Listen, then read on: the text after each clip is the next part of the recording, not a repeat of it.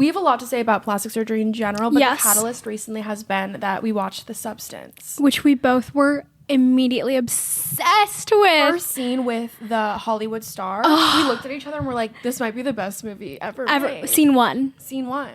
We were like, oh, that's a short film in and of itself. It was just perfect. Can I say something else? Yeah. We decided to not wear makeup for this episode, and all day I've been feeling anxious about that. And we still just spent so long in the mirror before this, kind of almost having to accept the way we look right now. Yeah. Like, okay, we're just going to do it. We're just going to do And it. isn't that crazy? Because why does it matter? And I really feel like I won't be heard or taken seriously if I don't have like beauty as a prerequisite. And we both have posted TikToks and like have a little bit of a presence on TikTok and kind of factually know that that's the truth. If you look prettier, your videos do better. And that is like a psychology thing. Like people, even just like babies love pretty people. Yeah. But the standard or like threshold for being pretty is so different for women versus men.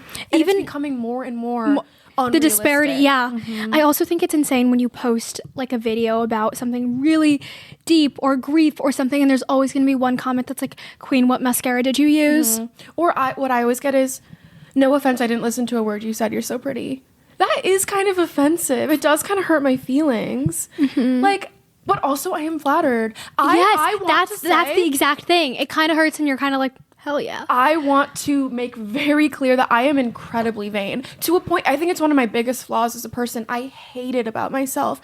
I already feel like, when we pod do I feel like I'm gonna cry? It's just like when I'm in therapy. It's like, this is my safe space. Because it's so vulnerable. It's so vulnerable, but like, the way that I think about myself and how much I hate the way that I look is such a big part of my brain. And I think that that is such a clear message in The Substance that I love so much.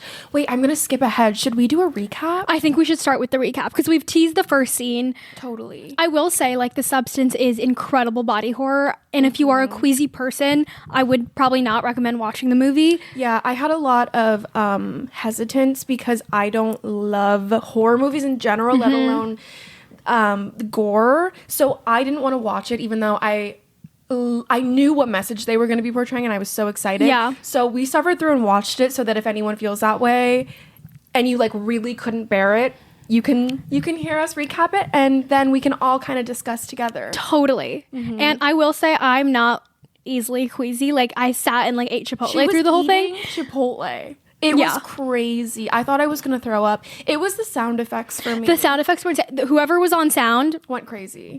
It was a bit much. I think, okay, let's start with like the opening scene. Okay. We both looked at each other. We were like, this is filmmaking. That was a short film. It was beautiful. It opens up.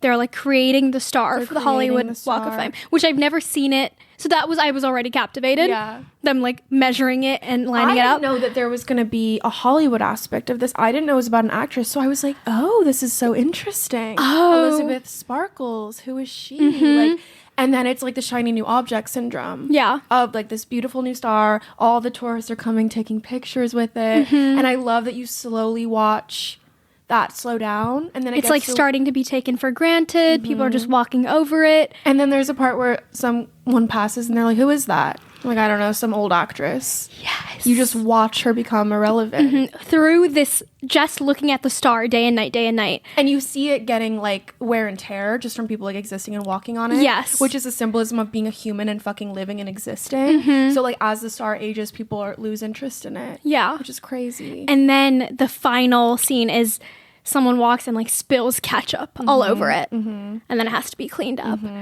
But the idea of like no one cares about you anymore, and it's just done so freaking beautifully. And how limited of a window you have for people to care about you. Yes. Like you better fucking use it up and enjoy every second of it. And you think like Elizabeth Sparkle, like I love that was her last name because it's so movie star. So fun. Yes. Yeah. And then we go right into the aerobics, which was also such a perfect, I think like depiction of what a movie star or like these celebrities kind of represent for normal people. Yeah. It's like, oh, I'm gonna teach you how to be as pretty and perfect and skinny as me. You know what I mean? Yes. And like the idea of I think early 2000s culture aerobics were like, they were everywhere. And they're in that little tight bodysuit. And it's like, how do I get sculpted? They're in your living room. They're in your homes. You're inviting them in. You're turning on the TV and putting that on.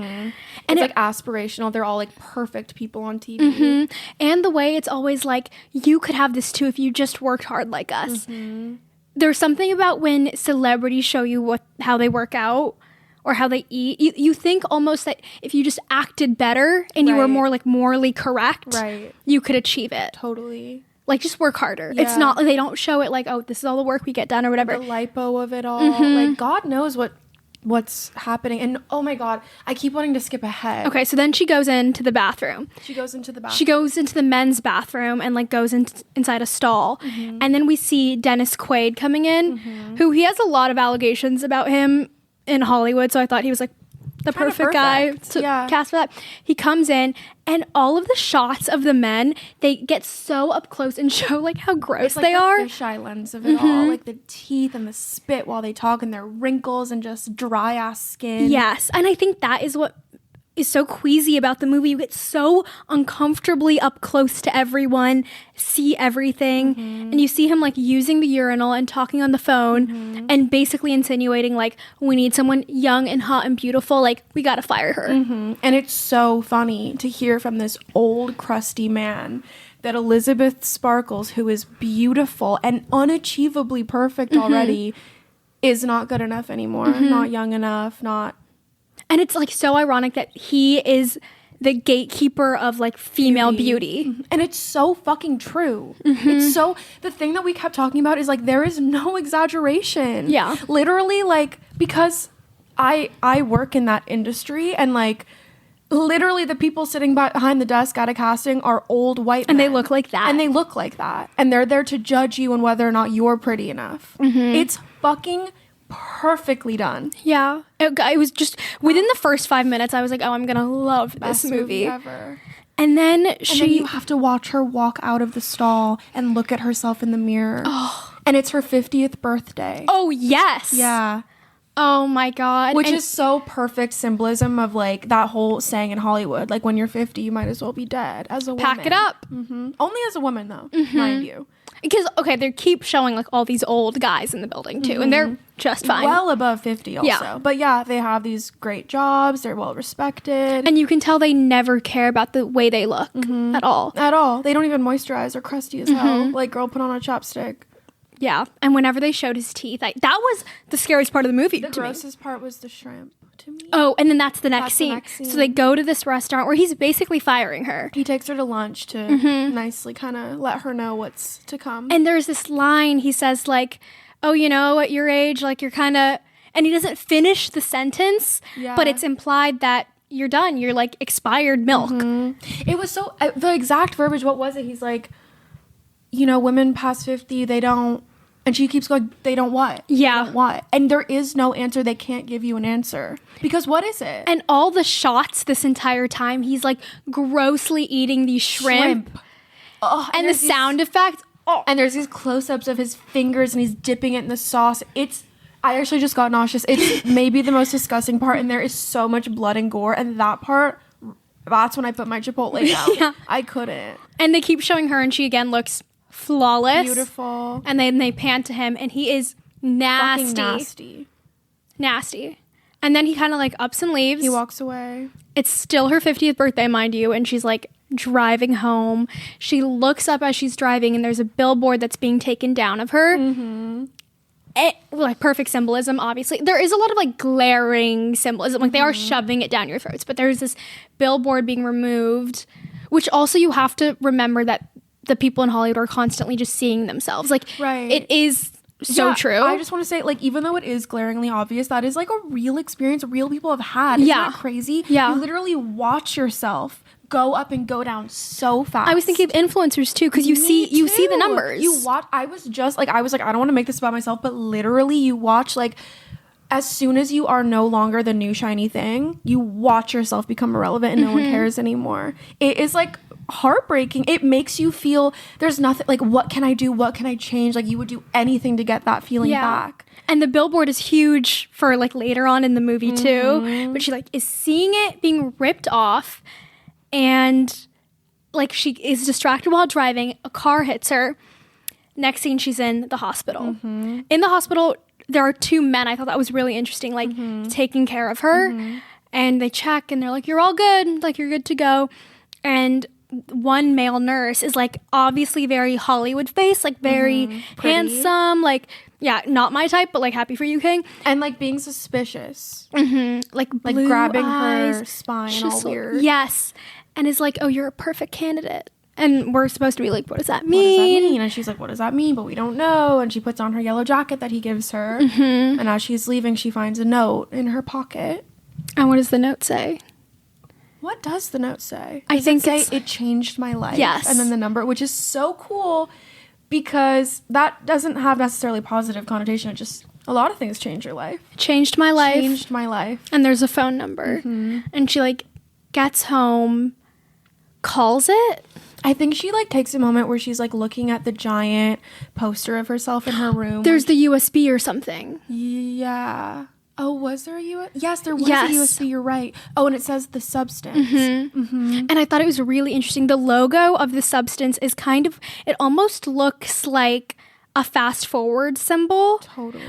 And also, okay, before the star scene, the actual very first scene of the movie is an egg yolk being injected, and it becomes two egg that yolks. Was sick. You're right. That was so sick. And Actually, that's kind of that what the part, logo looks like. That was when we looked at each other Yes. and said, "I like Obsessed. this movie." Yeah. And then actually every scene we kept looking over and being like, "I like this movie." But that's kind of what the logo looks like too. It looks like a fast forward button and those two egg yolks kind of next to each other. That was so cool. That was so cool, that intro. Everything is foreshadowing for something we're going to see again. So every scene is like so meaty and dense and interesting, and like, She's in her house. She's looking at the giant Elizabeth Sparkles yes. portrait of her where she's clearly like younger. And I think it's implied that it's her prime, her peak. And she's facing that knowing it's her 50th birthday. Yeah. Having gone through all these horrible things that day.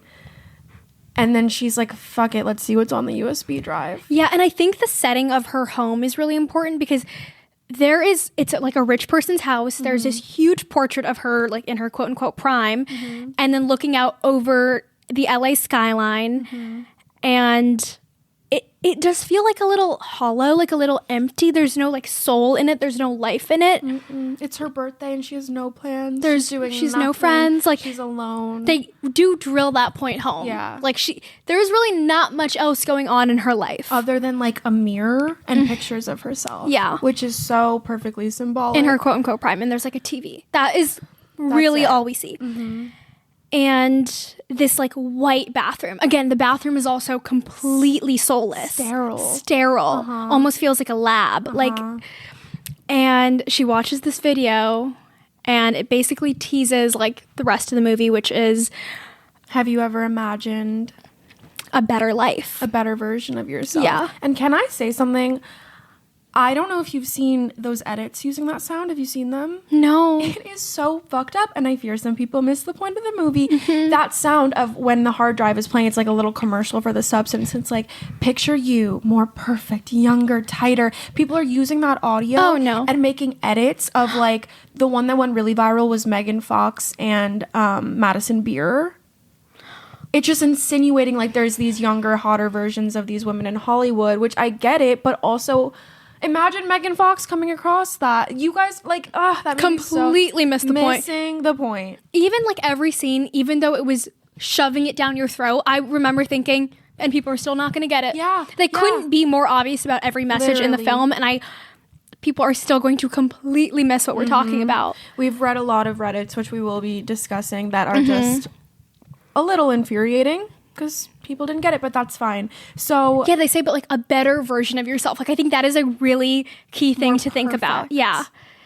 And she like at first throws the USB away, but then ends up she taking throws it back away. out. Doesn't she go in the bathroom and she's like showering or like looking at herself? Something prompts her to go get it again. I don't remember exactly. Wish we took notes, but like you're gonna have to trust us We were on so our locked retelling. in, we Yeah, couldn't even take a note. I didn't pull out my phone. I was not so once. locked in.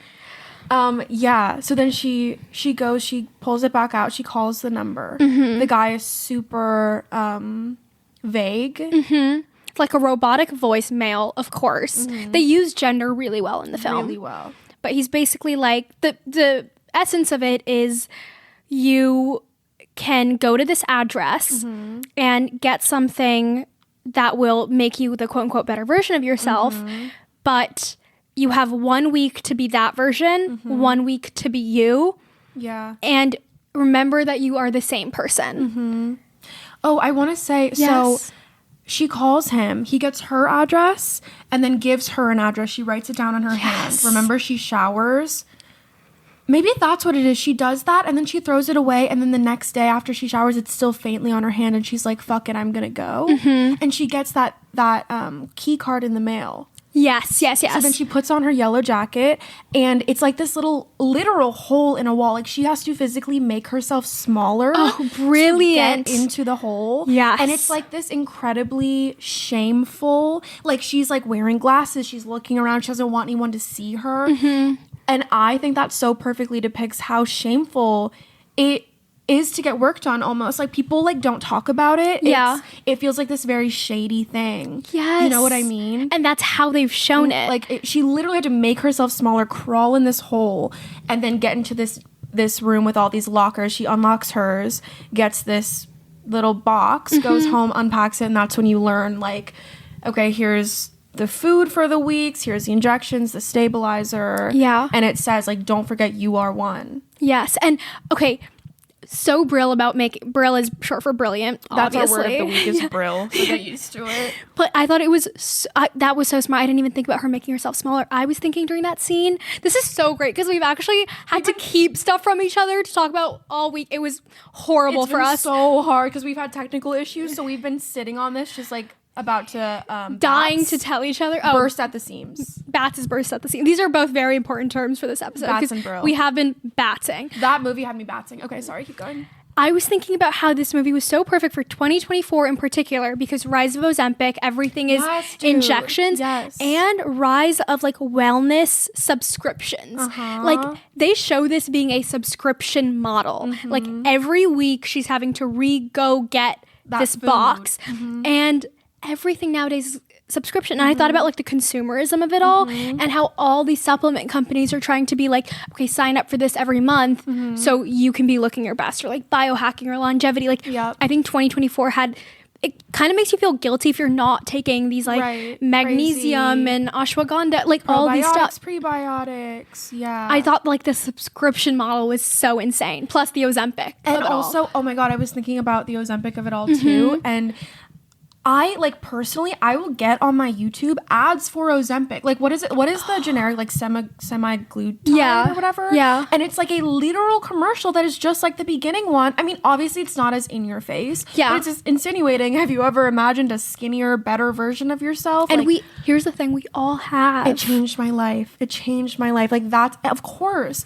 And I just love how like when she gets this box and these injections, it's so vague. I was saying like, I wouldn't know how to use that. I don't know how to inject something into myself. Like, and I feel like with Ozempic too, it's such a new thing. We don't really know what we're putting into our bodies and the side effects. Obviously it's been studied long-term for people with like diabetes, but it's very new to be used off-label for weight loss. Yeah. And we're so willing, I don't care, put it in, do it. And people will say, I've seen comment sections of people being like, well, you know, they say you might get this kind of cancer if you're on it without having diabetes. And people respond in the comments, I don't care. I would do anything to be skinny.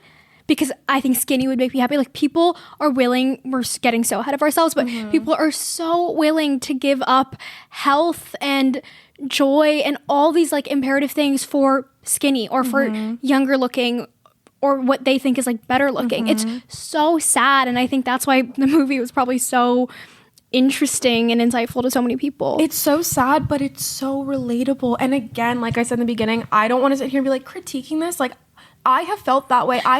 There have been moments where I'm looking in the mirror and I'm so desperate. If you gave me like something fucking disgusting that would take 10 years off my life, I would take it to look better. It's like this, like, it is like this, like, I don't even know the Even word. Kim Kardashian was like, if someone told me like you have to hang upside down for an hour a day and I would look better, I would do it. Like, we have all these voices. It's desperation. And they fucking desperate. They show that in the movie, So the desperation of her looking in the mirror. Oh my God. And can I say something? This is a little off topic, but I must talk about it at this point. I see so much, like, so many influencers on TikTok or Instagram or whatever will be like, I hated my boobs because they looked like this, and like, I'm just full transparency, I got a boob job and I'm so much happier now.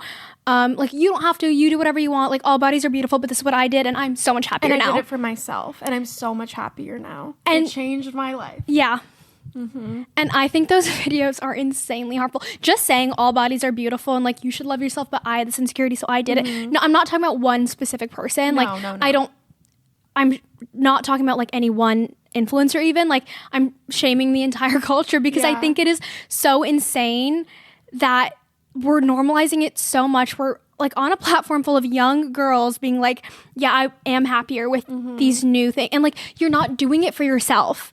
You are doing it for validation. I also love your take on, you've said this to me before, like transparency. How good is it really? Because it's so nuanced. Because I do think it's important, and also it does, when I go online and like, I'm fucking feeding my algorithm. My algorithm thinks I want work done so bad. Like, all of the videos, because you watch it. I watch it and I'm curious and I read the comments and I engage, and like, there are so many videos on my For You page of these beautiful girls, come with me to get chin lipo, come with me to get lip filler, come with me to get Botox, and I'm feeling like, oh, should I be doing? I would look so much prettier. Yeah. I would look so much prettier. And they make it seem so nonchalant. Oh, a little going under the knife never hurt anybody. And I'm like, oh, fuck, should I do it too? And the like, before and afters we constantly are bombarded with. It's so normalized that I'm like, why wouldn't I just go do that? I seriously think every week of my life for the past like 3 years, I've at least once on Instagram or TikTok seen a before and after of a nose job. And the before is an ethnic nose like mine and my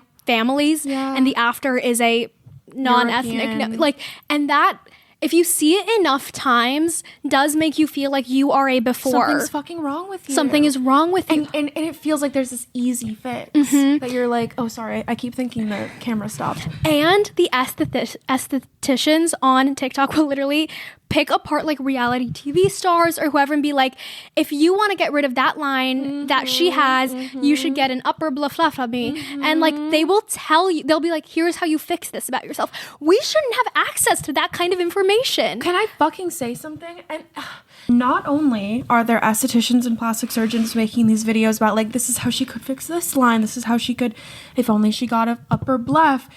There's then plastic surgeons and estheticians who take faces of plastics or of celebrities who have had work done and said, this is why she shouldn't have done this. This is how you could do this better.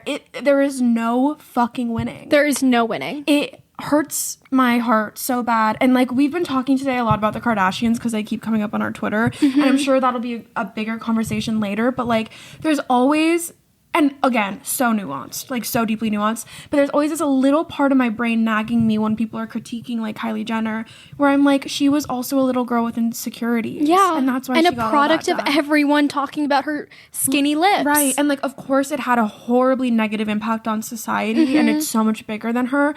But at the end of the day, these are all women who were so insecure and they got so much work done that now we're bullying them for that. And it just like makes me feel so sad. And also once I saw this video of this esthetician talking about why Kylie Jenner's cheek filler is fucked up or something, when she went to, I think, the Met and the lighting was bad. People were so mean to her. People analyzed those photos for weeks afterwards. And some people feel good. They're like, see, that's why I didn't get work done because it looks so bad after. I'm better than you. It's always... And it's always women doing this to other women. But then there were so many little girls in the comments that were like, I have that line too naturally. Yeah. And it's so fucking sad. I think about that every time I see anyone picking apart anyone's face online. Like, people are watching with that exact thing. They didn't even have that insecurity till you called it like strawberry legs or like whatever this the fuck. Weird made up thing. we didn't even get to the Margaret Qualley of it all. Yes. So she start. No. Go. Miss Girl injects herself, Which is again horror. Like to watch someone inject themselves, and she has acted in this so beautifully. She's desperate. You can see it in her face. You could feel the self-hatred when she looks in the mirror. You can feel it with her because we've all felt that way.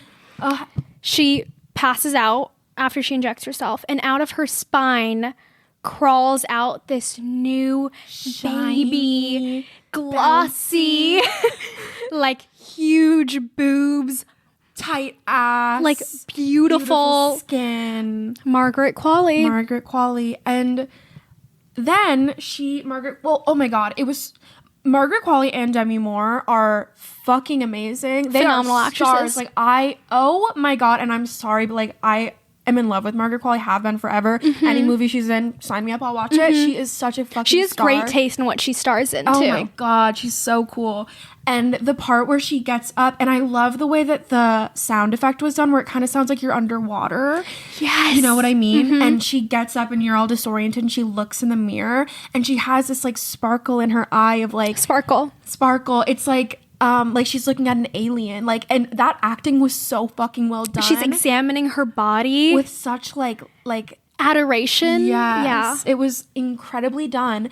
And then Margaret Qualley has to sew up Demi Moore's... Sorry, I don't know if so that's Sue and Elizabeth. I don't know I guess at this point she hasn't introduced her. Yeah. So she has to sew up Elizabeth Sparkle's back. And again, like a lot of these scenes, they're really utilizing these like close-up body horror gore. You can hear the needles going in. And at one point we were watching, mind you, this was our dinner movie. You looked at me and said, don't you think they would have a broader audience if it was a little less disgusting? And then we both were like, but that is the message, is the lengths women are willing to go through to be prettier. And then once you said that, I was like, that is so true. People are going under the knife. I don't know why when I saw it, I was like, this is a little insane. Oh, girl, that is what we are doing. Isn't that fucking cool? Oh, not we, but like we as a society. Like, it's so cool that is like, that is what we are doing to ourselves. It makes you have to reckon with it. Once you said it, I was like, oh, girl, brill. Right? Absolutely brill, yeah. Because, like, true, like, yeah, it was really hard to watch, but, like, imagine watching someone's tits get cut open. I'm still eating my Chipotle. No, she doesn't. Wait till we tell you the one part that got her. You're never gonna believe it. Yeah, so that was like so cool. Like, it's disgusting, but it's like literally the concept of cutting open your nipples and putting fucking implant. Like, it's like it is a lot. It's a lot to put your body through. So that was fucking sick. And then Margaret Qualley, bright-eyed, bushy-tailed, goes to audition for the role. The new Elisabeth Sparkles. In the newspaper it says, who is going to be the new Elisabeth Sparkles? Which is so fucking Clara Bow coded. I was just going to say nothing new. Yes. Taylor Swift, which is, oh my God. I feel like Clara Bow is such a slept on song. Love that. If you're not a Swiftie, we're referring to a song by Taylor Swift on her latest album. And I fucking love that song because I remember when I was first, like I'm talking 14, 15 years old, going to castings and all these things, people would be like, oh, you're like Bryce Dallas Howard, but you're younger or you're prettier or you're smarter. There's always you're just like this person, but you're better, you're newer, you're shinier. It's like, that is such a fucking common trope in Hollywood. And I think Elisabeth Sparkles was still pre-Substance when she saw that newspaper ad, which is such a horrible thing to have to grapple with. And that is real. There are literally like casting calls, who's going to be the next Taylor Swift. Yeah. Isn't that crazy? So Margaret Qualley heads on over. Goes over. We're again in front of Dennis Quaid, just as disgusting as ever. Wasn't it two other men? Oh, and guess his name. Harvey. His name is Harvey. Yeah. So they didn't even try to be subtle about that. I kind of love how on the nose this movie is. I think it's necessary. And that fact that we went on Reddit after and people were still completely missing the point, it's like, okay. Even how in your face it is kind of foreshadowing. Yeah. Go ahead. She goes to the casting call. The casting. I don't remember exactly. And she goes, I'm Sue. Interesting name choice. I wonder, like, if there was a reason and she's for so that. like enamored with herself. And the way she looks, there's really not much going on in her head. And that's what they show. They show she doesn't have this like rich inner life. Elisabeth or Sue. The way that Margaret Qualley plays Sue is so fucking good because, whatever, I'm jumping ahead actually, I'm going to save that thought. But... And mind you, youth here is depicted as the commodity, not talent, not character. They just look at her, they see her smile, and they... are in. They're in. And it's these two, again, disgusting white men. And they are, again, the gatekeeper of beauty. And the entire movie was very white, which I think also is like Hollywood is very white. So, yeah. I was thinking about that because I think the writer-director is a white woman, right? So I was like, it's probably... not even her story to tell the added layer of how horrible this is for women of color. Yeah, I'm not even critiquing it when I say that. It's just like it is a very white movie. I was thinking the same thing. But then what happens after that? Is it right she's on set in the aerobics set? Yes, and the way the camera moves makes you feel like, God, we are so close to her. They are panning up her butt. Like, they are showing as much as they can. And this new set of the aerobics class is... brighter, sexier. You could tell the crew is excited again. Yes. Is it okay if I reference my notes Of quickly? course. I would love to read you sorry, we have a lot of notes as well. I don't mean to interrupt everything, but I would love to read you this critique I found on Reddit. Okay. And get your thoughts, because I have thoughts. And it goes in, I think this is a perfect time to read it too, because it's kind of about that aerobics. Because that's a reoccurring theme is...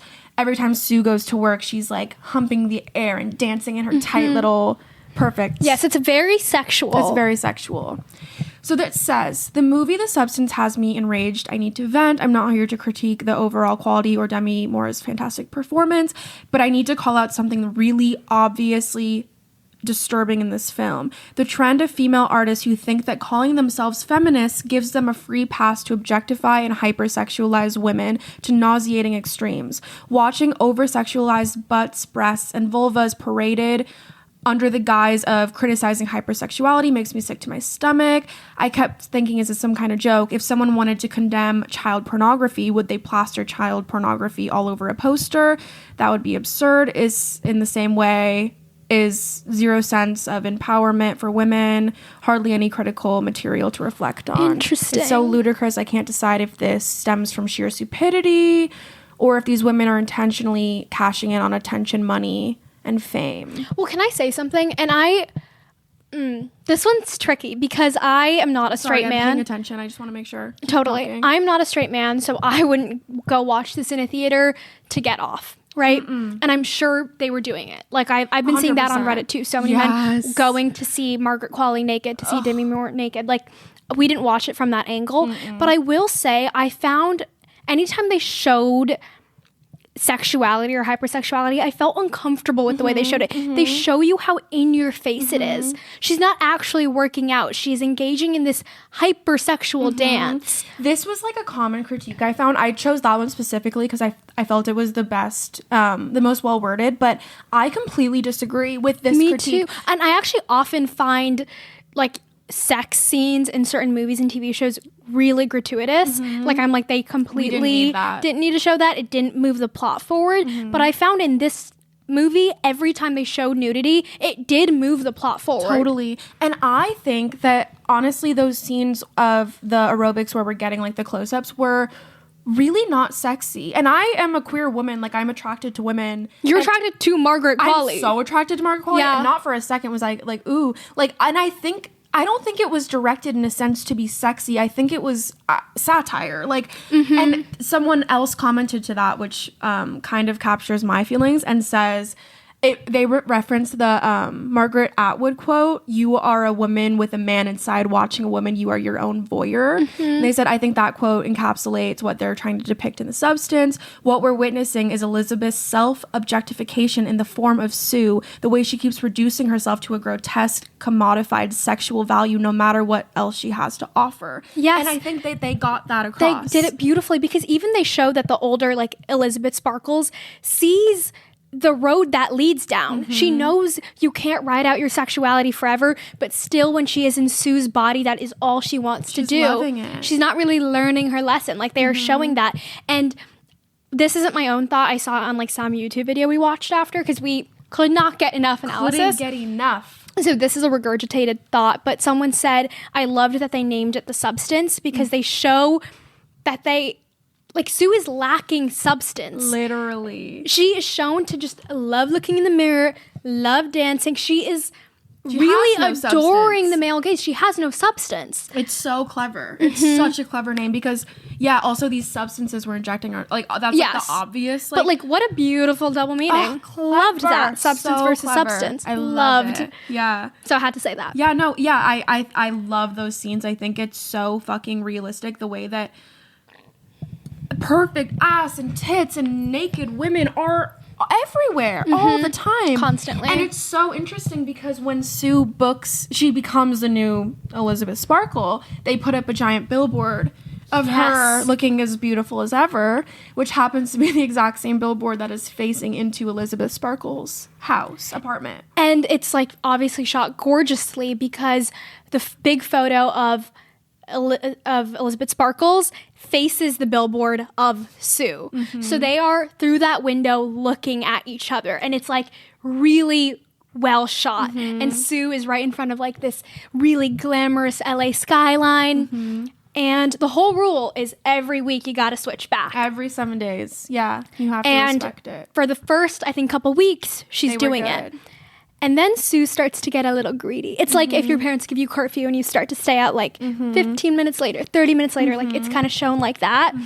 She is just like loving the attention. And she's like blowing up. Like she's getting the fame that she wanted. What was the first reason? Oh, it was a date. Sorry. Yes, even before the date, I remember like you see this fractured self so well. They're depicting that so well. Oh my God. And I think we all have that. We have this version of ourselves that we are at home, no makeup, like undone. And then we have the self that we present to the world. Literally us wanting to put on makeup before we film. Like we are stepping into that role of like who's going to go outside. And she's shown as whenever she's Elizabeth, she is covered up. Like she's wearing her jacket, her sunglasses. She's not liking going outside. And when she's Sue, she's buying all these like tiny clothes. She is loving being seen. And it's just that self is done so well. And the self-hatred of every time she goes back to being Elizabeth and she just looks in the mirror and she's like, oh, it almost gets worse as you go, the more you're used to being Sue. And the whole thing of like, it's a waste of time in her head the week she's not Sue. To her, that's waiting. She's just sitting in front of the TV, like pigging out, like she's not doing anything. Oh my God, I have two really important things to say. Number one, we glossed over a scene that we don't need to talk about in super detail, but I would like to discuss. Please. Where when she very first becomes Sue, oh my God, so much happening in my brain. We have forgotten. Go ahead, I know what you're saying. Sue, oh my God, it's so fucking interesting, you guys, because Sue has this hatred of Elizabeth, which is so fucking sad, but that's exactly how you're treating your older self. It's like, ew, that ugly fucking bitch, which makes sense that you would feel that way when you went through this to be someone new and sparkly, right? And that's what self-hatred feels like. It feels like a fracture of self. Exactly. So Sue decides to I guess also you can't really have this like dead woman laying on your bathroom floor. Not that she's dead. So she very unrealistically finds this big empty space in her apartment, cuts open the wall and creates this little chamber for whoever isn't like conscious at that moment to lay. To hide it. Two other things we forgot. Sue. Okay, so whenever she's Sue, there's this neighbor who is so nice to her. That's what I thought you were going to say. And then because when she's creating the chamber, it's like loud as fuck. Obviously, it's construction, and everyone's like, well, not everyone. The neighbor is like, shut the fuck up, pounding on the door. As soon as Sue opens, he's like, wait, sorry, go ahead, please. I don't need to sleep. Keep going. And that is what it's like. I think it's so important to discuss how like you are treated better in society as a young, beautiful woman. That's not just like women want to being vain and wanting to be young and beautiful. You literally are treated better. And that was such a perfect depiction of, especially by men if they want to fuck you or think that they could fuck you. Or to even just look at you. Even the like, hey, smile. Give me a smile. Like they, even just to look at you, like you are nothing but a treat to their eyes in their head. Like not a whole person. What we really forgot to talk about was in one of the beginning scenes when she's Elizabeth, this like older guy comes up to her and he's like, "Oh my God, I'm Fred. Like we went to remember me. He doesn't even call her Elizabeth Sparkles. He calls her Lizzie. Lizzie. Like he sees her, and he says like, "You're still the most beautiful girl in the world." And you, as a viewer, you look at him and you're like, and he's also shot up close, not a really handsome man, but they've shown that he is like earnest and endearing. He sees her. I don't think he's really. I think he respects her in a weird way, and he is kind of the only person treating Elizabeth Sparkles at 50 as like just as beautiful as ever. And I thought it was interesting that he said the most beautiful girl in the world, because to him she is still that like young girl he probably had a crush on, like, and he gives her his phone number on this like crumpled up piece of paper that he, you know, rips out of the side of a notebook or a paper or something, and it's shown that he's done it in like a very haphazard way, and she like shoves it in some pocket, and you can tell she's not interested. I wondered the symbolism of him. Remember, he dropped his phone number in some gross puddle before he gave it to her. It's dirty. Was it just that all men in the movie were depicted, even the neighbor, can't stress enough how much he was gross. They're average, and there's no effort put into the way they look. So can't imagine how you were feeling, because the entire time a man was on screen, I was like, ew, ew, ew. Oh God. Actually, that was when like my Chipotle was hard to stomach. Whenever there was a man on screen. The men were almost grosser than the fucking body horror of it all. Yeah, everyone online is like, body horror, body horror. No one warned me about the yellow teeth of the man. Like, ew, gross. Yeah. Oh, I loved the Fred part. Oh, and there's one more thing. I know what you're gonna say. The flowers. How are we so connected? Well, sorry, I can see it in your eyes. Going back and forth. Also, when she gets home and it's her birthday, she has flowers, and the note says like, "They loved you," or you were great. You were amazing. It was something past tense. Were. And it kept zooming in on that word. So good. I loved how in your face it was. I really did. So those were all. And then of course when Sue gets the flowers, it says, "You are a star," or something like that. You are amazing. Yeah. And Sue starts to really hate Elizabeth, like removes the big photo of her in the apartment. There's a lot of like really obvious symbolism. Can I say one more thing? Sorry. Please. Another thing I fucking love. I think that so many different things could be like applied here, like, or the metaphor could be used in so many different ways. Totally. One thing I kept thinking about was eating disorders, where when Elizabeth was Elizabeth, she was like we talked about, she was kind of just trying to be Sue. Like she was just waiting, letting the time pass. It was like a waiting room. So she would kind of just pig out in front of the TV, and then Sue would wake up. And she would kind of do it on purpose. Yeah. With a vengeance. And then Sue would wake up and be like, "You nasty, disgusting bitch. Like all she does is fucking eat. You're so gross." And I have felt that way, like my nighttime self who binge eats, and then the next day I wake up and you look at everything and you hate yourself. I hate myself. Like I'm like, I get the message of like, you are the same. So many people online were like, I don't get how hard it is for them to understand they're the same and they're only hurting each other. But that is what being a one person in not a movie feels like. It's hard for me to be like that stupid fucking bitch last night eating all this food. Like I feel that way. I get it. Like I think that was so beautiful. And that's why like even binge eating and anorexia, it works in a cycle. Like they showed that really perfectly. It feels like two wolves inside of you. Yes. Like, truly. And the way you feel after you've done anything that's not in service of beauty when you're in that vanity cycle. And they show like vanity is an incredibly isolating thing. Like that was so important. Literally. They couldn't put that in clearer words. Like everyone online is like, what, she didn't have any friends? Guys, yeah. They were like, they should have made it more realistic and given her friends and family. That is what it feels like. And we were like, this could have all stopped if she had one friend. One friend. But when you're so wrapped up in yourself, you cannot make connection. You're not a good friend. You're not a good friend. You could tell Elizabeth Sparkles, like, they make you empathize with her, but at no moment did I feel, I want to be that girl's friend. You don't feel that way, because if she was a different kind of person and she had one good friend, the friend would be like, let me take you out on your birthday, girl. Yeah. You know, like one friend can change your life. But also think about eating disorders and how isolating it is. Like not only is it this shameful thing you're fucking hiding, but you are so obsessed. Like I go through periods in my own life where I am so fucking obsessed with myself, honestly, derogatory, like not in a good way, to the point where I cannot make connection. I can't like live in the real world. Like you're literally standing in a mirror. Like that's how it feels. Like it was such a perfect depiction of how lonely it is to be that vain. Yeah, it was done beautifully. Perfect. And anyone who talks about eating disorders are like, it made me not be a good friend. It made me not want to go to lunches with my girlfriend. It makes you isolate. Yeah. Beauty and vanity, these are like incredibly isolating things. They show that beautifully. Perfect. Elisabeth Sparkles goes to a diner. There's an old man sitting next, like in the booth kind of across from her. And he looks at her and says something like, it's lonely, isn't it? She's like, what do you mean? This is right after she's gone to pick up her, the new box. So, and when she was picking up the new box, she felt like someone was following her. Yeah. And he says, lonely, isn't it? She's like, what do you mean? He's like, like insinuating like I'm doing it too.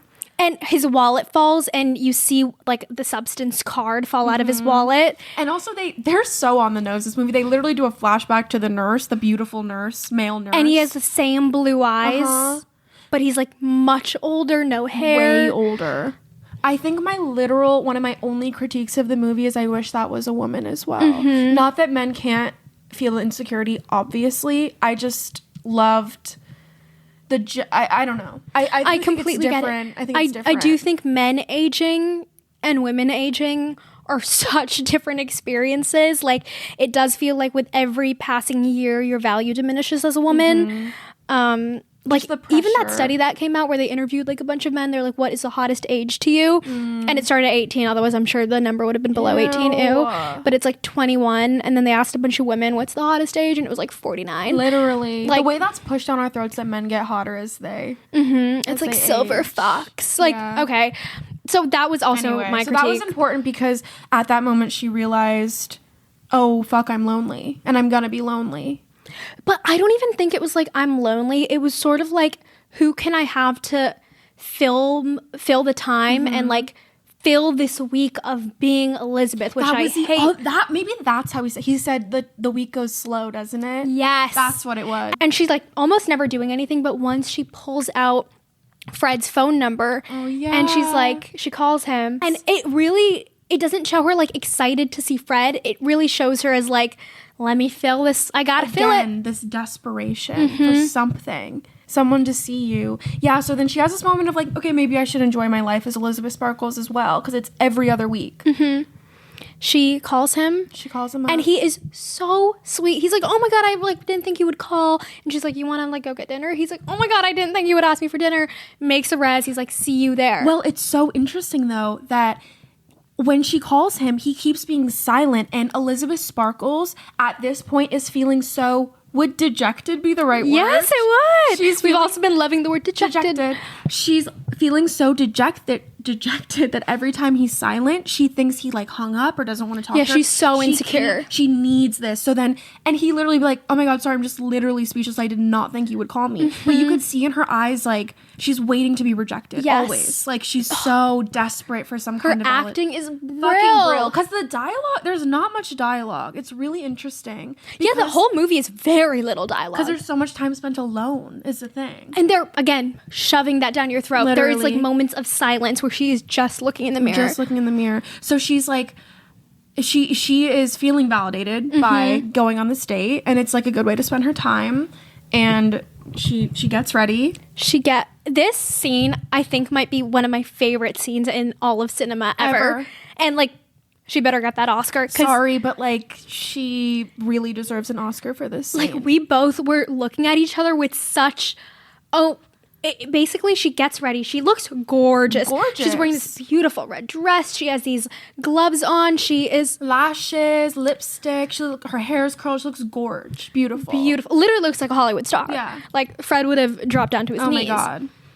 She looks in the mirror and she's like, not loving it. And so she like starts like redo her hair, redo her face, like takes all of her makeup off, redoes it. Takes all of it off, redoes it. And you can see the time is passing in the back. She's already late to the dinner, mind you. Yep. She keeps like taking it off, redoing it. She's about to head out the door and she's like, one last time. One last look, which who hasn't done that? Oh. And as she's leaving, because she sees herself in the doorknob.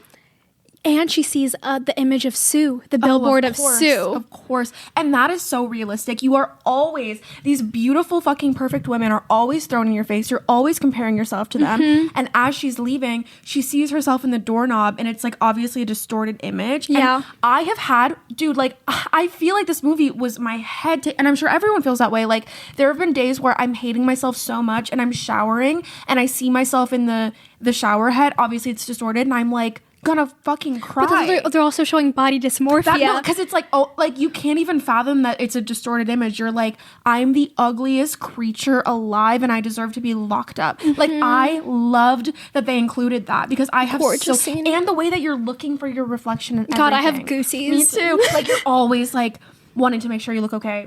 I keep thinking the camera I know. Sorry. That was just fucking perfect. It was so well done. Like that scene of her like getting increasingly frustrated, and you as the viewer are getting increasingly frustrated with her. I was like, girl, go to the dinner. Fred is waiting. Fred is waiting. Friend, you need something. Go. It's okay. You're looking and you're yelling at the TV like you look good. Just go. You look Just beautiful. go. You look beautiful. And it gets like increasingly more frustrating. She keeps being like, one more time, one more check. And the time is ticking, and it just, you like start almost shaking with like, dude, you want to shake her. You want to be like, you look good. Go. Yeah. And that's the exact feeling of self-hatred. And it is so isolated. Like having that kind of body dysmorphia steals life from you.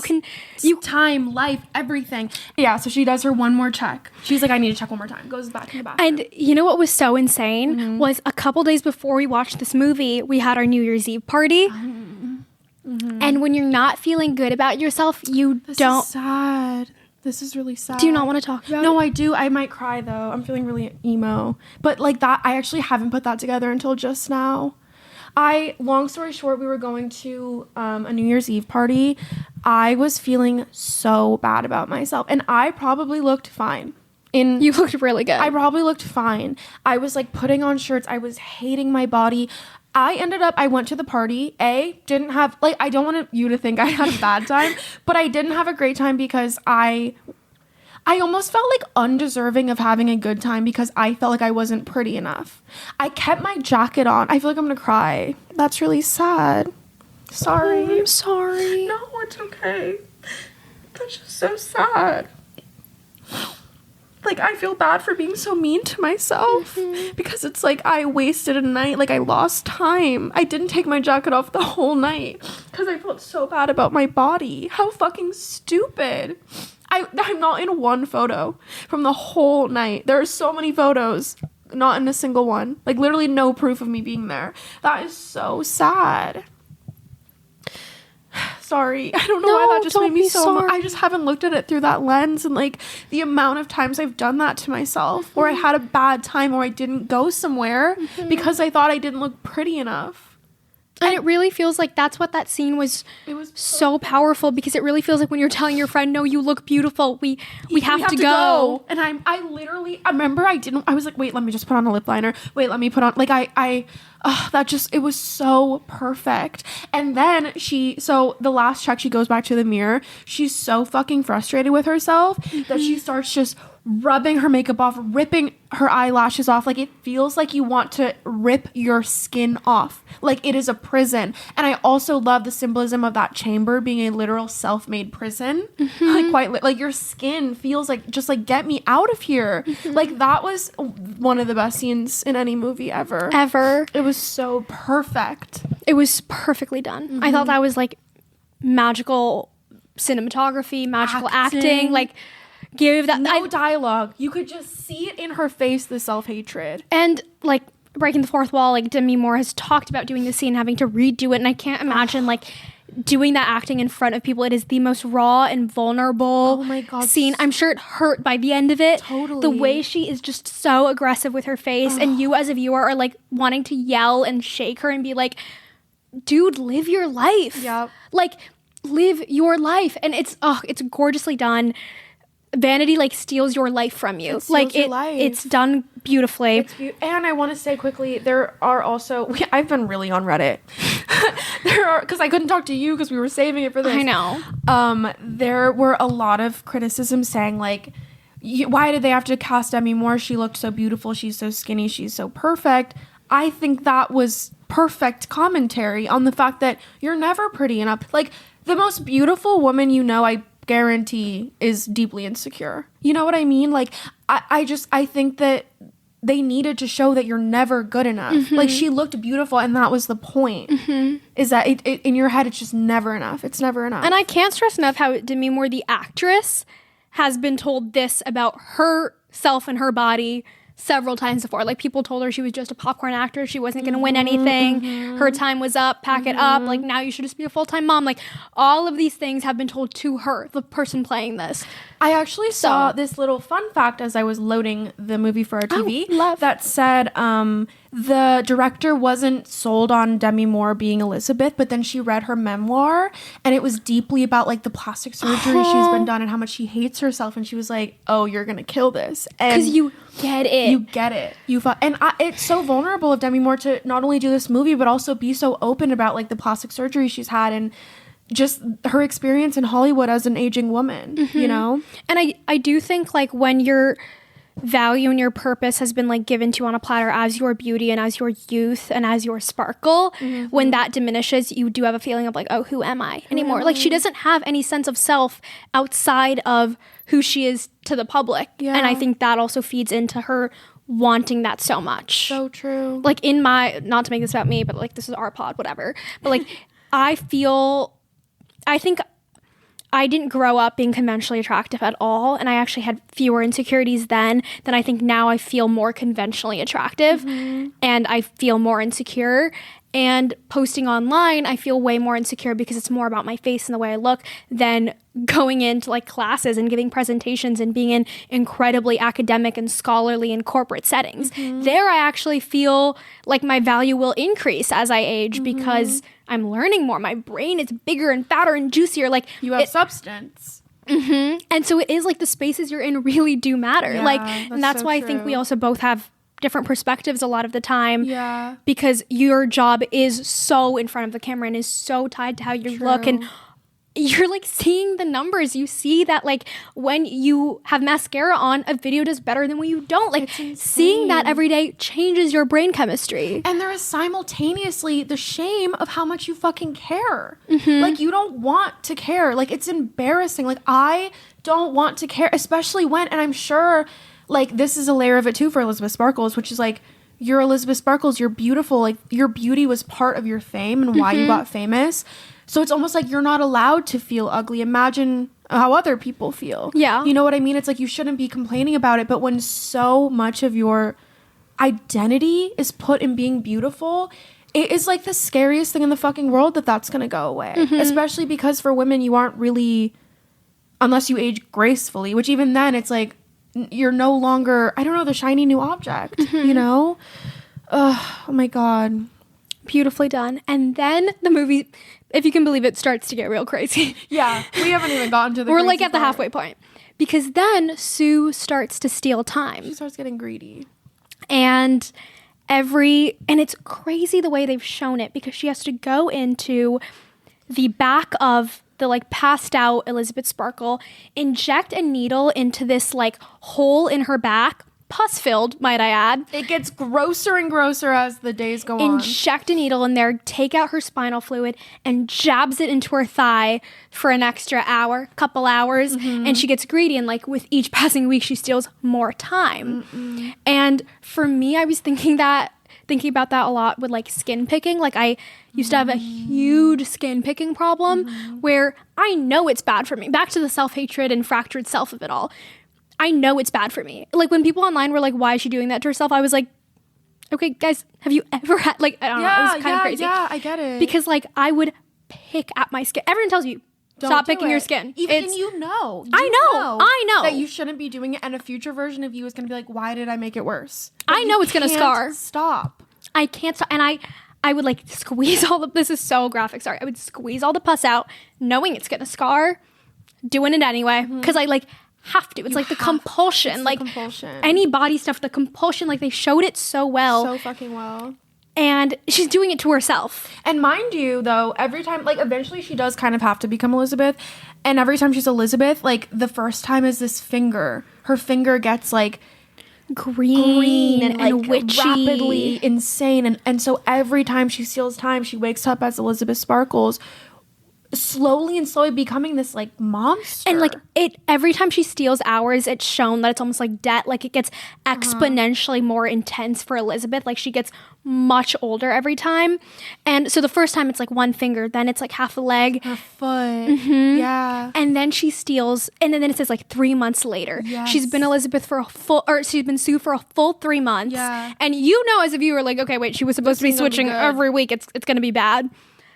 And it's like the night before the New Year's Eve thing. Wait, but I want to talk about something really quickly. Oh, please. Because as this is going on, as Sue is taking time from Elizabeth, the self-hatred between the two of them is growing. Sue is like, fuck that bitch. And Elizabeth is like, fuck that bitch. They hate each other more and more and more. And I think, honestly, my favorite scene in the whole movie, it might even be more than the bathroom scene, is when Sue is on a talk show on TV. Yes. And Elizabeth Sparkles is cooking. Her whole thing is like eating. It's like this comfort almost, I think maybe is what it's trying to show. She's always eating. She's cooking. It's a really disgusting scene because she's like flinging food around. And this is also after Elizabeth has stolen time. So she's all like half of her body is incredibly like rapidly old, aged to a dramatic degree. And Elizabeth is watching Sue on TV. She's like, oh, your family. Oh, is that so? Like she fucking hates her. And it's so funny because first of all, the way that Margaret Qualley acts is so perfect because she's like, yeah, it's when I'm hating myself and I watch young, beautiful girls on TikTok, that's how they talk to me. And that's how I talk back to them, which is like, oh, must be nice. Like, I'm like, I actually fucking hate you. And it was so perfect. So well done. And another thing I fucking loved about that scene is the talk show host says, I just have to ask, do you have any beauty secrets? Yes. And she says, I think it's that I lead with my heart. That was incredible. It was perfect.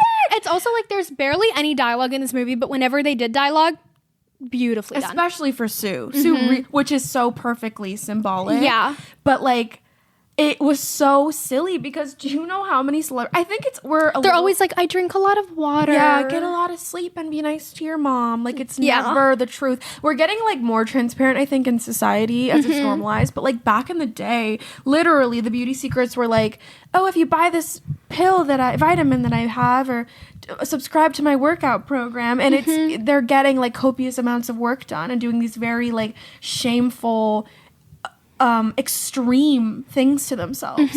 Intense things to themselves. And these young girls are watching Sue on TV, not knowing that fucking Demi Moore is like, it's fascinating. And when you watch the celebrities on TV, you never see the self-hatred. Yeah. You never see the behind the scenes of them like literally sucking the life out of themselves to put it into their beauty. You never see that. Yeah, I fucking loved that part. That was so good. I wonder if that was improv, like her, like the little comments she was making back to the TV. And again, they were making it all gross with the food, like and the sounds. That was so cool. Yeah, can't stress enough. The sound effects this entire time have been really intense. Really like, gross. All the chewing, the needles, the blood. It's fucking nasty. Yeah, and then we do the 3 months, and then Elizabeth comes back as this like hunchback. It's prosthetics. Like she I don't know how did she act like that. It was incredibly You can done. barely recognize her. It's crazy. I do think even if you don't watch the movie because like you're queased or whatever, I think you should just at some point look up her different avatars. Because that was like shit was wild. Amazing. And she was saying she spent hours in prosthetics, which like, yeah, I bet you did. It was so cool. It was so well done. It also shows you, I think this is why the nudity was so important for the movie, because it shows her full body rapidly aging. And like, I don't think I've ever really seen old naked women. I've never seen that. And was it this time when she wakes up after the 3 months, isn't it when Sue has a boyfriend and she's living with the boyfriend? Or the boyfriend he keeps coming over. He's sleeping over. And it gets really bad to the point where she's like, it starts with like, your nose starts bleeding, she's dizzy. And I think this is the point where the New Year's Eve thing is coming up. She's hosting this big New Year's Eve drop, and she's like, okay, I probably should switch back so that you could switch back again for New Year's Eve. So this man is waiting in bed for her. She's getting sick. She has to go in the bathroom, and she switches, right? She switches to Elizabeth Sparkle. And because she needs to almost like recharge her Sue self. And this is the first time we see her at the worst form, like that, like very old, like monster-esque version of herself. And it's so interesting. I was telling you, one of my favorite parts also, I say that about every scene in the movie, was when Elizabeth Sparkle, she's so old and decrepit, and it shows her butt. And it's like this that's what triggered the thought, is you never really see like very older people naked on TV. So it's this like very, very old ass. And then it switches to the man's ass standing outside the door, and he's just like hairy. He's young, by the way. Young, but like unkempt. And I think that the juxtaposition of like his butt compared to like Elizabeth Sparkle's like buttery, smooth, baby oiled ass on TV is just another perfect depiction of the difference in beauty standards between men and women. Because his old hairy, not old, but like hairy gross ass is fucking Sue, mind you, who's like the epitome of beauty allegedly at this point, right? Like that was just so interesting. And then she has her little monster voice, and she's like, get out. How did she act that? I don't know. She did an amazing job. Yeah. And that's the first time you see her, and you're like completely shaken as a viewer. And this is why I don't really understand a lot of the like Reddit commentary where people are like, who would have done this to themselves? Like, why would she steal time from her future self? Guys, people have bad habits all the time that like we all don't live in complete service to our future self. No, not at all. Like not at all. Like you're telling me you have never ever drank alcohol, which like literally people say bad for you. Smoked a cig, like done anything ever, even like eaten poorly. I mean, anything that you know is going to take away from your future self. Like we've all done certain things that we know is bad. I don't know why that was so hard for people on Reddit to comprehend. I know. The voice she calls on the phone at the beginning where he's giving her the instructions, he says, respect the balance. He keeps saying this phrase, respect the balance, which is like, you need to do 1 week here, 1 week here, 1 week here, 1 week here. I didn't tell you this, but I was thinking about how the whole respecting the balance thing is sort of like when people online want people to get work done. So they are good to look at. Pretty enough. But not too much work, because then the Reddit snark pages will go crazy. Like, oh my God, she's had so much work done. She's a fake face. Respect the balance. They want you to be pretty enough, but not too pretty where they start to hate you. Yeah. I thought about that so much. Like, women have to walk this like really fine line, and that is the respecting the balance of it all. It doesn't really exist, unfortunately. Wait, that just kind of triggered what I was gonna say, which is okay. The other stupid people on Reddit. Oh, sorry if you're watching. I'm really not, because they're probably men. No offense. They were also saying like, I don't get how it's not that hard to follow the rules. Just like be 7 days on, 7 days off. It's not that hard.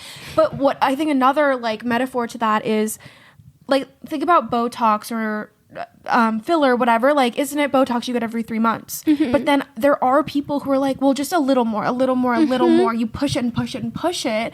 You get that like blindness. Like, you can't stop. I mean, even eating disorders, they say like go down to this many calories. Then you think, what if I could do more? A little what more, if I could a little more, a little more. Like it was the perfect all of these depiction. cycles keep getting worse and worse and worse. They don't get better. Like that's the whole thing. It's addictive. It's so addictive. Yeah, that was all I was gonna say. It was perfect. Then Elizabeth calls the number, and she's like, I want to be done with this. Oh yeah, I'm done. I can't handle it anymore. I hate her. Yes, and anytime she says her, the guy on the phone is like, that is you. You are one.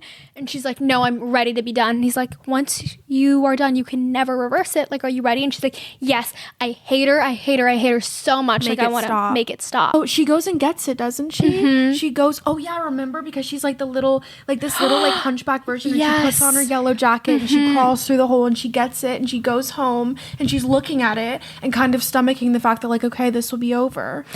And she's about to inject. And mind you, as this is happening, Sue is looking at her on the billboard through her window. So she's like literally being face to face with like, okay, that is gone.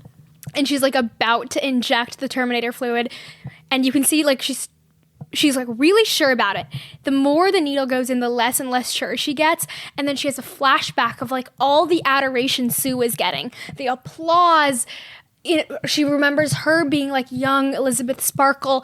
She gets like so excited about that fame for a second, stops the termination, pulls the needle out. Most of the fluid is in already. And then Sue comes to life. And this is the first time that we see both like conscious, both Elizabeth and Sue conscious, looking at each other, billboards facing each other. And as a viewer, you're like, what is about to happen? We've never seen them like this. How did this even happen? Oh, wait, doesn't she start even like after half the termination fluids in her, when she freaks out, she starts trying to give Sue like CPR, like literally resuscitate her. She's like, never mind. Like, that was want crazy. that. I don't care about the fact that my body is decaying at a rapid rate. Yeah, like bring it back. She has almost like now given up Elizabeth Sparkle to be this like really old, witchy Elizabeth Sparkle for the sake of like 1 week of Sue. One like week of Sue. That little, it's like a drug. It's that like a drug. high. She remembers that high and she like needs to go back. They've shown it like addiction. Yeah, like she relapses and is like, wait, never mind, bring back Sue. And then they both are awake and they're like, there's this amazing scene of them for the first time consciously like looking at each other and they're like spinning around, and then it gets so fucking weird, if you can believe it. Even weirder. It gets violent. They start trying to kill each other. Specifically Sue, because Elizabeth Sparkle is very old and decrepit. Like Sue is like, I'm gonna kill this motherfucker. And it's like, I was kind of like, Sue, why are you being so mean? She just brought you back to life. But that's the Sue thing. has this just vengeance in her eyes. She's like, Sue hates her, and it's been building up for so much time because she's seen like that woman is eating so much. She's trashing my apartment. She has no worth. Like Sue looks at herself as Elizabeth Sparkle and goes, "You are worthless. Like you don't deserve to live anymore." She is. By the way, guys, at this point, I am a little bit like, okay, I'm like kind of ready for the movie to end. I was loving the movie. I was just like, well, it was a long scene of Sue beating the fuck out of Elizabeth Sparkle. There's a point where like they finally get to the bathroom. It's really beautiful symbolism, but a bit much. Like she's bashing her head into the mirror. It was so much blood. So much blood. At the end of the bashing, I was sort of ready for the movie to be over. And also, this is like a really long, almost 3-hour movie, I think. So you're like really sitting through this blood violent and gore. Yeah, it's so violent. And then you think, okay, she must be dead because no one could survive the head bashing. But no, into the sink, into the mirror. It's disgusting. And she's an old lady. Like you're watching this old lady get like violently, you think, murdered. Yeah, and it's sad, but again, like it is kind of in a way what you're saying to these older people when you're doing literally anything in your power to not be them. And to not even want to see them. Right. We literally are like, get it out of our line of sight as a society. It's insane. It's insane. When Sue first gets her aerobic show and like when they're showing her on set, she's a fucking bitch to the other people. Remember the part where like something happens in her ass and she's like, they're all have these close zoom ups of her and they're like, play it back, and then she becomes self-aware. And we watch as Sue also becomes self-conscious, which is so perfect. And because everyone has it. Right. Like, and then she's like, get me a fucking towel. Like, she's so mean to the other people. And I think that that's such cool commentary on, like, these young actresses are always called bitches, this, that. You have no idea what they're grappling with in their heads. Probably self-hatred, which is then being projected outwards. So I thought that was cool. And I thought it was interesting how everyone is, like, looking to find fault in her. Oh, my God. Like, everyone on set is like, slow down, zoom in. What is happening with your butt? You weren't perfect there. Yeah. What happened to you? Yeah. So then she's at the New Year's Eve thing. She's a little bitchy and short with everyone. That's kind of Sue's thing. She's a diva. And then in the elevator, her teeth start falling out. And this was the part that got Maul. This teeth is when she are said, like weird for me. Ew, gross. You want to know like my thing is I had this one orthodontist who was so bad at her job. I was literally in middle school and she would like come and be like, wait, which ways should the rubber bands go? And braces hurt so bad. Yeah. She was so bad at her job I had to quit it and go to a different orthodontist who actually knew what he was doing. But I have like a weird thing with teeth. Okay, I understand. I also have like this retainer thing with teeth. So the teeth is what really got me. At this point, I put my Chipotle down. You finally put it down. After all the pus and blood and gore, the scene I was like, Madeline, I can't eat She anymore. was like, this is gross. I was like, this? Her tooth falling out is what's getting you? But it was, I mean, it was gross. It was gross. Like, they showed the entire tooth up to the bone. It was fucking nasty. And this is Sue, who, personally, Margaret Qualley has a beautiful smile. Like, if I That were is her, one of the most, like, captivating parts of her she's face. so beautiful. Yeah. So it's like her teeth are falling out. And then she gets out of the elevator and faces Harvey and all of his friends. And I love the way that that's shot. Because Gorgeous it's scene. Literally, they're like, I don't know if they're funding it. They're like these important men, like on the board. It's the board of directors. It's implied, yeah. So it's like all or shareholders or something. Yes, yeah, they're probably all in their 70s, 80s, like all white old men. White men, and again, it has that like fisheye lens where they're kind of like looming over you, like objectifying you. We did not really see a person of color in the entire movie. Again, like commentary on maybe how white Hollywood is, but it is. Every man looks like carbon copy of each other. Every man is white, yeah. Every woman was white too, I think, yeah. And they are like, give us a smile, give us a smile. And she like smiles with her lips closed. And they're all like applauding, like, oh, girls are so much prettier when they smile. You need to smile more. And then the backup dancers that are going on the New Year's Eve thing also come out, their tits are out, and the men are like, oh, ho, ho, like they're just being disgusting. And they're like these old men frolicking behind these young, perky women. Yeah. And it's like they are in a position of power. They're probably employing those women. So naturally they're kind of entertaining it in a sense. And it's just like... And it is kind of like an allegory on how she is breaking down inside. Yeah. Trying to keep it all together. Yeah. And she's acted, again, gloriously in the scene, but she's trying to hold it together, and her teeth are falling out in her mouth. Outside of her. And her nails are coming off. Oh, the nails. That was gross too. Her ear starts falling off. This is the part of the movie where I'm starting to get a little queasy. It was a lot. And also just like, I feel like the audacity of men, is such a important theme of this film. For these old ass men, when the neighbor asks her on a date, when these people tell her she's not pretty enough, it's like the fucking audacity of those men to be gawking at these probably like 18 fucking year old girls with their tits out. It was insane and so realistic. And then she then goes back to the apartment. Right, she goes home. Or the apartment, the house or whatever. And she was not supposed to inject herself again with the activator. Oh yeah. But she does.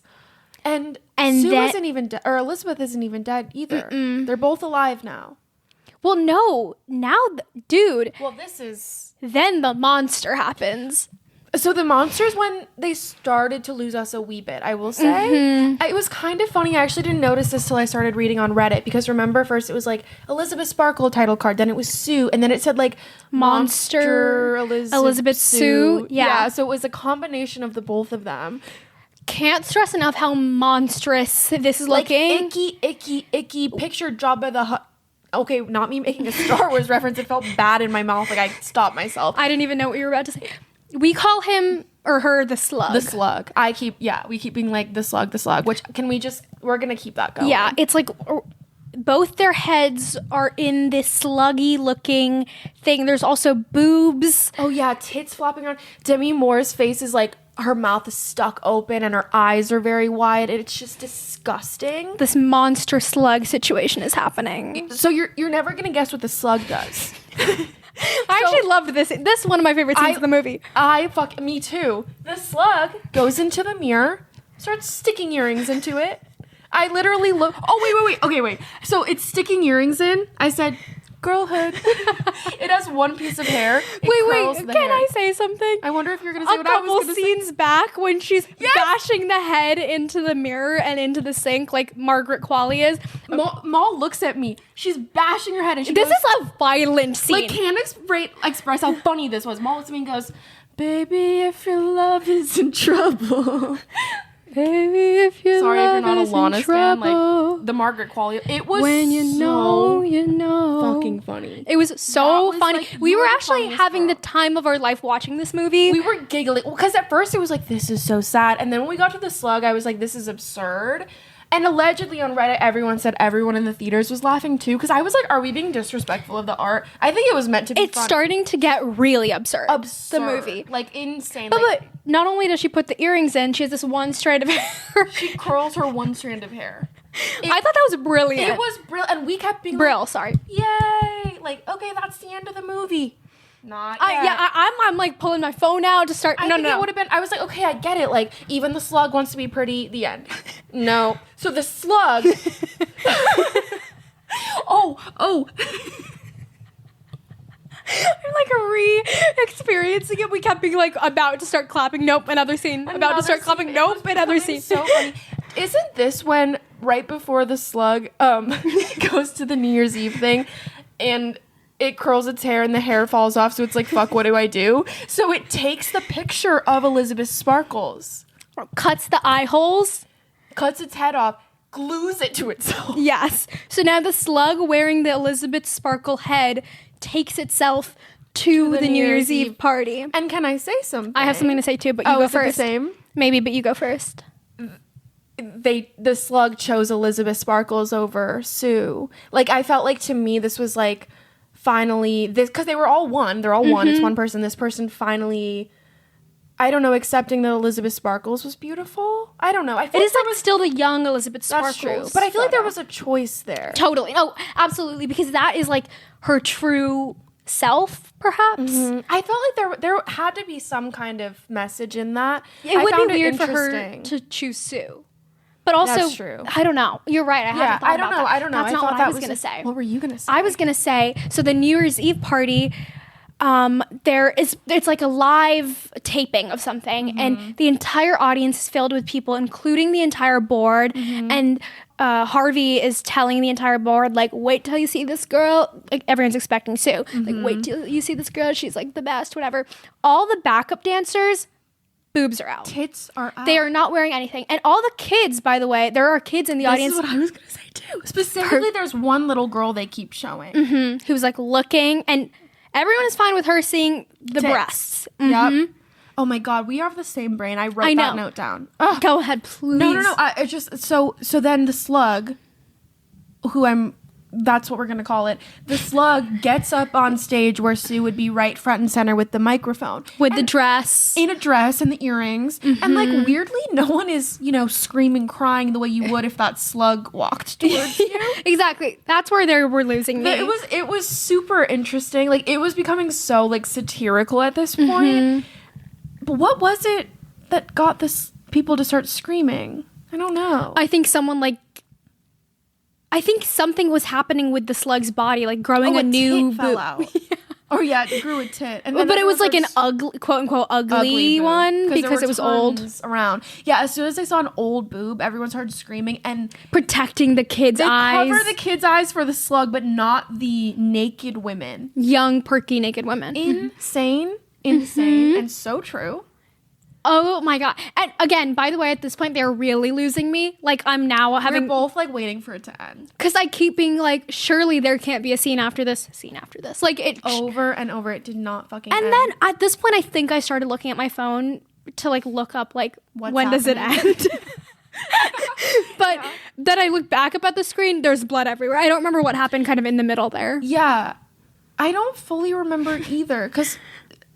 Somehow there's blood shooting all over the audience. The audience is being covered in the slug's blood. And we looked it up later because I was like, I'm sure some film bro has an explanation of why this is happening. And they said it's quite literally throwing it in their faces. That like this is in the audience's faces. They pushed a woman to this point. And then at this point, the slug's face falls off, like the poster face. Yeah, no, the Demi Moore face. Yeah. And now you think it's gonna the face drags itself.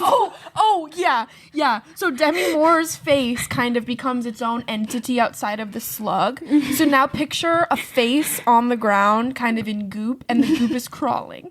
So that's what I want you to be. Like. Oh, I was more thinking slithering than crawling. Yeah. It kind of had this crawl to it. I can't explain it. This is when you were on your phone and I said, so just so you know what's happening is the face is crawling off.